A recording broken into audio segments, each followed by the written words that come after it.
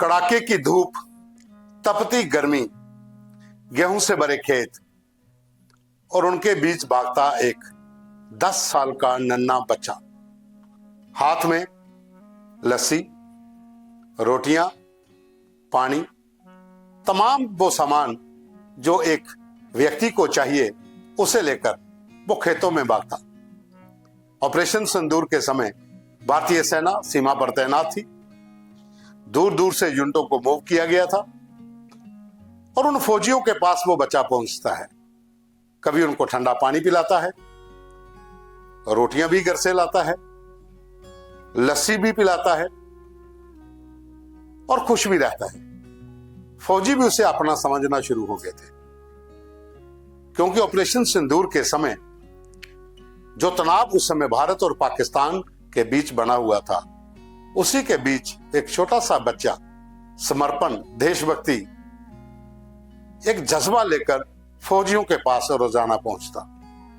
ये कहानी पंजाब के एक छोटे से गांव फिरोजपुर के पास की है। यहां पर श्रवण सिंह पुत्र सोना सिंह, जो कि पिता किसान हैं, उनका बेटा खेतों में उन फौजियों के पास रोजाना पानी, लस्सी, जो भी सामान था वो लेकर जाता और घंटों उनके पास भी बैठता। फौजी भी सोचते कि गांव का बच्चा उनके पास आया है तो अकेलापन उन्हें भी महसूस नहीं होता। ये अनऑफिशियल हीरो है ऑपरेशन सिंदूर का। आज उसकी चर्चा पूरे देश में है और आज की पीढ़ी के लिए एक मिसाल भी है। और वो कहता भी है कि मुझे डर नहीं लगता, मैं बड़ा होकर फौजी बनूंगा। तो देखिए ये हमारी रिपोर्ट, श्रवण एक अनऑफिशियल हीरो ऑफ ऑपरेशन सिंदूर। बड़ा होकर फौजी बनना है। फौजी बन के की करोगे? देश की सेवा। जी हाँ, मुझे डर नहीं लगता, मैं बड़ा होकर फौजी बनूंगा, देश की सेवा करूंगा। श्रवण सिंह। जिस उम्र में बच्चे स्कूल में होमवर्क से जूझते हैं, उस उम्र में किसान सोना सिंह का बेटा श्रवण बिना वर्दी, बिना हथियार अपना फर्ज निभाने में जुट गया। जिस खेत में सेना ने कैंप लगाया वही उसका खेल का मैदान बन गया, लेकिन उसने इसे खेल नहीं समझा।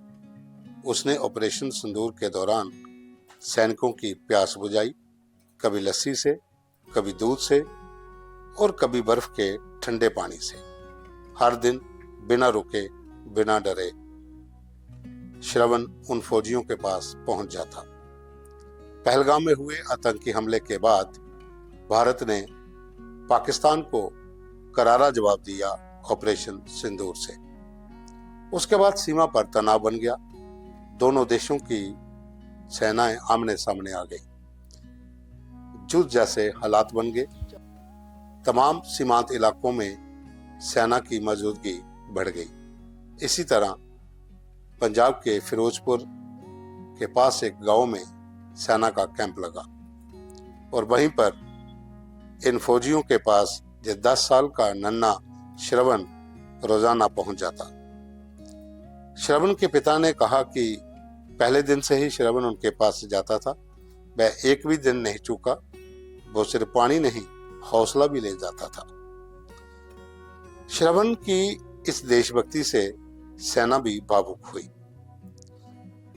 7वीं इन्फेंट्री डिवीजन के GOC major general Ranjit Singh Manral ने कहा कि उन्हें गर्व है इस बालक पर और हमने एक भावुक समारोह में श्रवण को सम्मानित किया, एक स्मृति चिन्ह भी भेंट किया। उसके लिए विशेष एक लंच भी रखा और उसकी मनपसंद मिठाई और आइसक्रीम भी दी। श्रवण ने भी मुस्कुराकर कहा कि उन्होंने मुझे खाना और आइसक्रीम दी, मैं खुश हूं।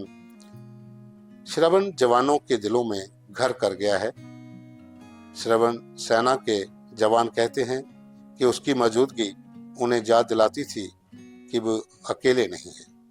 उसकी छोटी छोटी हरकतें भी बड़ी ताकत बनकर सामने आई। जैसे ही वो बर्फ का पानी लेकर आता, सबकी थकान मिट जाती। एक बड़ी सीख छोड़कर गया ये छोटा सा बच्चा। पूरे देश में ऑपरेशन सिंदूर की चर्चा है। रणनीतियों और हमलों की बात होती रहेगी और इसी के बीच श्रवण सिंह की कहानी भी इंसानियत, सेवा और देशभक्ति की मिसाल बनकर याद रखी जाएगी। उसने ये साबित कर दिया कि देशभक्ति बंदूक से नहीं, भावना और समर्पण से भी की जाती है। श्रवण की कहानी क्यों खास है?